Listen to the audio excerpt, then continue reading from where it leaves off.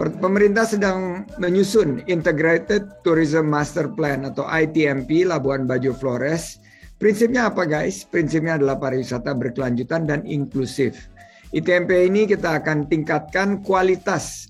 Tadi bicara mengenai infrastruktur, tapi bukan hanya infrastruktur jalan, tapi infrastruktur lainnya juga seperti digitalisasi yang Pak Menteri Kominfo tadi sudah menyampaikan.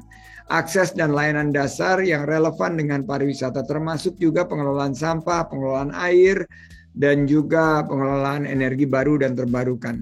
Labuan Bajo adalah pintu gerbang pariwisata NTT, tapi kalau kita lihat ini is just the beginning. It is so many, there are so many spots, dan ini mesti betul-betul hati-hati kita petakan multiplier effect, karena bukan hanya Manggarai Barat, tapi seluruh kawasan di NTT yang bisa kita kembangkan. Multiplier effect tersebut bisa hadir secara natural atau kita bisa juga mengaktifasi industri lainnya. Seperti akomodasi, transportasi, makanan dan minuman, jasa tur dan travel, industri kreatif dan layanan pendukung lainnya. Oleh karena itu kami mengakselerasi pengembangan pariwisata di Labuan Bajo dan akan menjadikan Labuan Bajo dan NTT sebagai sebuah sentra pariwisata yang berbasis kualitas, Pak Wagub tadi menyebutnya premium dan berkelanjutan. Jumlah kunjungan tentunya kita kurasi, bukan lagi berbasis kuantitas tapi berbasis kualitas. Dan sebagai akibat dari meningkatnya mobilitas wisatawan pasca pandemi, transaksi keuangan pun meningkat. Kita ingin juga penggunaan teknologi dan digital. Dan kita harapkan ini akan menggerakkan ekonomi, membuka lapangan kerja, karena pariwisata adalah salah satu industri padat karya. For every dollar you invest in pariwisata, 6 kali, 6 more times jobs will be created.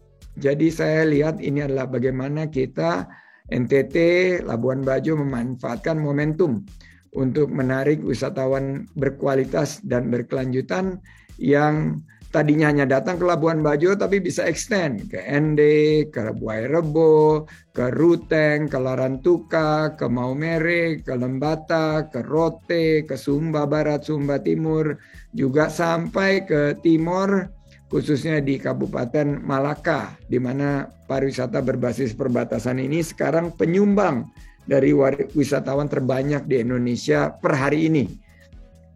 Secara umum, tantangan pariwisata dan ekonomi kreatif di NTT ini cukup beragam.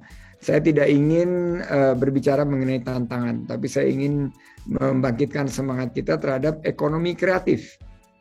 Tadi Pak Wagub menyampaikan kita memang memiliki alam yang indah, walaupun ada tantangan bencana alam, kita alhamdulillah berdoa tidak tertimpa bencana alam bagi rekan-rekan kita, dan bagi yang terdampak diberikan kekuatan.